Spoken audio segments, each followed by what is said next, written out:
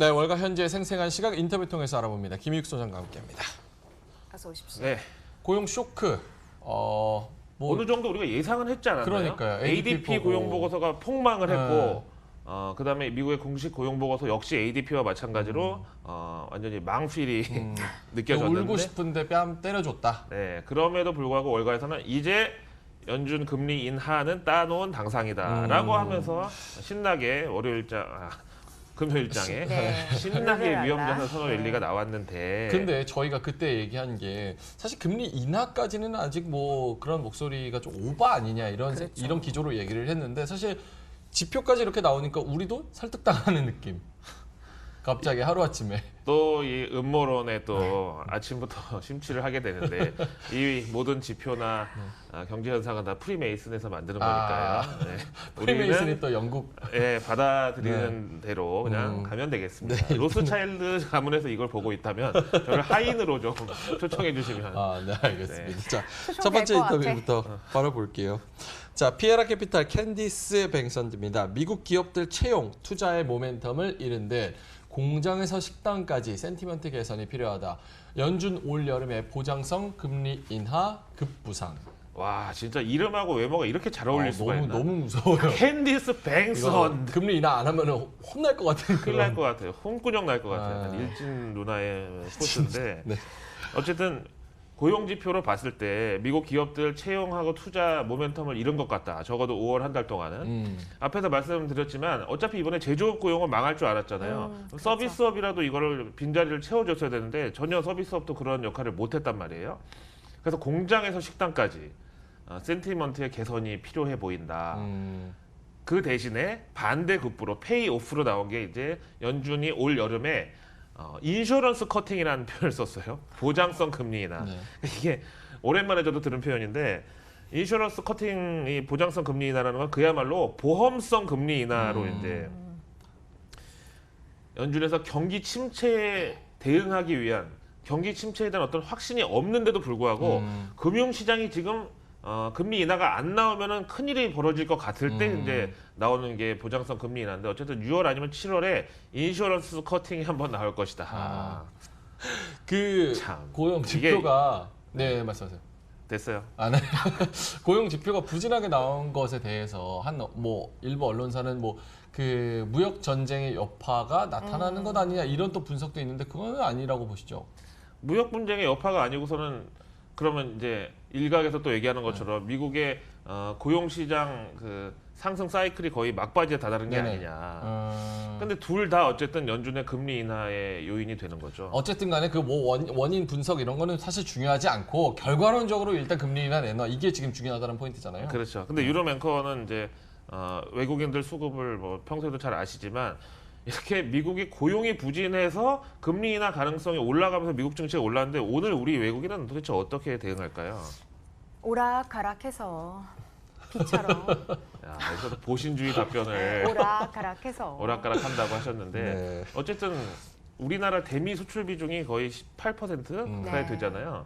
근데 미국의 고용이 안 좋으면 소비가 안 좋을 것이고 우리 뭐 가전, 자동차 뭐 이런 거 있죠. 생각하면 네. 이런 날은 우리가 철없이 미국 올랐으니까 우리도 상승하겠네라고 따라 들어가는 거는 조금 생각해볼 여지가 있다. 예.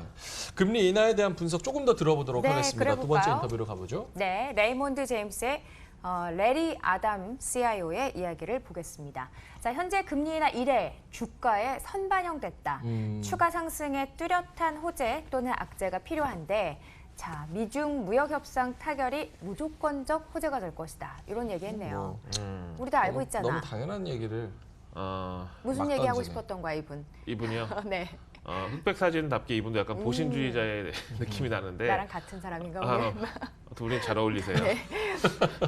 현재 금리 인하 한 번은 무조건 기본으로 시장에 선반영돼 있다 이거예요. 만약 그 한 번이 안 나오면 열라 이제 분노의 매도세가 나오고 큰일 나죠, 큰일 한 번 나죠. 금리 인하 나오면 이 정도는 본전이야 이럴 건데 지금 이제 이 증시가 여기서 추가로 레벨업이 되려면 뚜렷한 호재 아니면 뚜렷한 악재 둘 중에 하나가 나와야 된다. 여기서 뚜렷한 호재는 미중 무역 협상이 갑자기 일괄 타결 혹은 관세 1년 연기 이런 게 나오거나 와. 아니면 이번 주에 나올 CPI가 마이너스로 나오거나 완전히 완전 어마어마한 악재가 나와서 연준이 금리 인하를 도저히 피할 수 없는 상황이 되거나 그렇죠. 그 둘 중에 하나가 나와야 추가 상승이 가능한데 지금으로 봐서는 악재보다는 미중 무역 협상 타결이란 요 뉴스가 시장의 레벨업을 위해서는 무조건적인 호재가 될 것이다. 가능성은 낮은 얘기니까 뭐 크게 새겨들을 필요는 없는 것 같아요. 스티븐 무누신 장관이 이번에 이제 일본 재무장관 그 G20 회담에서 네. 잠깐 기자들 앞에서 밝힌 건데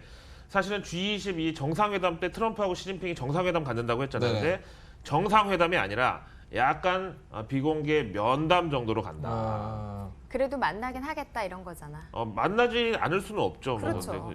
뭐 몇십 쌩 명도 까고 아니고 지나갈 수는 20명 없잖아요. 만나. 네. 정상한테. 네, 죄송합니다. 아 창피해. 자, 세 번째로 뭘 넘어가요. 깐다고요? 세 번째로 넘어갈게요. 크리스틴 라가르가 또 너무 한마디 했네요. 네. 시진핑 얘기하려고 했는데. IMF 총재, 현재 무역 긴장 해소가 최상위 명제다. 미중 무역 전쟁, 글로벌 GDP 0.5% 하향의 효과가 있을 것이다. 문우신, 관세, 소비자 보호, 판정승. 뭔 얘기? 요 둘이 이제 설전 내지는 약간 그 신경전을 벌였는데 솔직히 스티브 무누신하고 이 IMF 크리스틴 라가르다가 네. 누가 봐도 성별도 그렇고 성향도 캐릭터도 그렇고. 정치 네. 성향도 이념도 누가 봐도 정말 그 반대의 사람 같잖아요. M극과 S극. 예, 근데 이제 크리스틴 라가르다가 무역 긴장 해소가 탑 프라이어리티다. 이제 이렇게 미국을 압박한 거죠. 왜냐면 미국이 먼저 시작했으니까. 그래서 미중 무역 분쟁으로 글로벌 GDP가 2020년 기준으로 0.5%나 깎일 수 있다.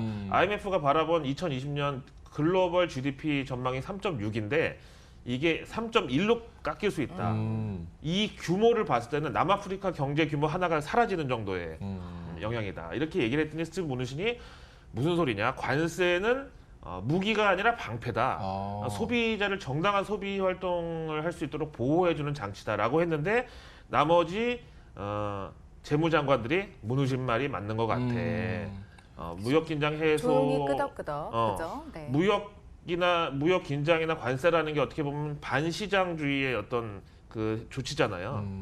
근데 그걸 또 재무장관들이 나서서 못하게 막는 것도 역시 어떤 관치의 느낌이 있어서 그냥 알아서 하게 놔두는 게 좋고 우리가 공동 대처 정도로 워딩을 쓰자. 이렇게 해서 스티브 무누신이 판정성을 거두면서 크리스틴 라가르드가 부들부들 네, 부글부글 끓었다는.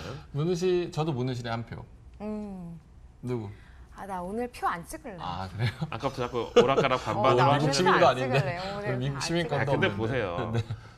IMF 최대 출자국이 미국인데 네. 거기 뭐 IMF 총재가 어떻게 미국 재무장관한테 그러니까요. 대들 수는 있겠지만 이길 수는 없는 거죠 사실은. 그때 뭐라 그러셨죠? IMF 총재 어떻게 뽑는다고 하셨죠?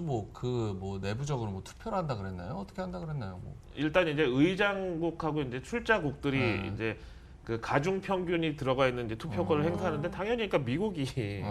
근데 사실은 그럴 수밖에. 예, 네. 임기가 지금 아직 남았으니까 크리스틴 라가르드가 앉아 있는데 오바마 때 사람이거든요. 그러니까 오바마하고 크리스틴 라가르드는 케미가 맞는데 그렇죠. 트럼프하고는 전혀 안 맞는. 예. 그렇죠. 뭐 우리나라로 치면 MB하고 강경화 조합이랄까 약간 너무 둘이 봐도 뭘 봐도 안 맞는. 오늘 벌써 10일인데 사실은 지난주 우리 시장에서 가장 또 이렇게 막 루머로 막 돌았던 게 시진핑이 다시 온대. 막 이러면서 막 계속 그랬거든요. 그러니까 온다는 건지 왜 만다는 건지. 거기다가 이렇게 끈을 이렇게 어떻게든 잡고 싶은. 그러니까 우리나라는 있잖아요.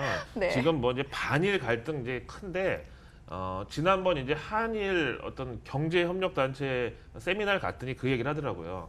반만 년을 함께 지내왔고 최근 70년만 사이가 안 좋았을 뿐이다. 한일 관계는 떼려야 뗄 수가 없다는 건데 이게 옛날 우리나라 정서에서 보면은 무슨 팝스타부터 연예인 뭐 헐리우드 스타까지 그리고 정치인까지 일단 일본에 오면 그래도 온 김에 한국까지 와주세요. 이게 거의 공식화돼 있거든요.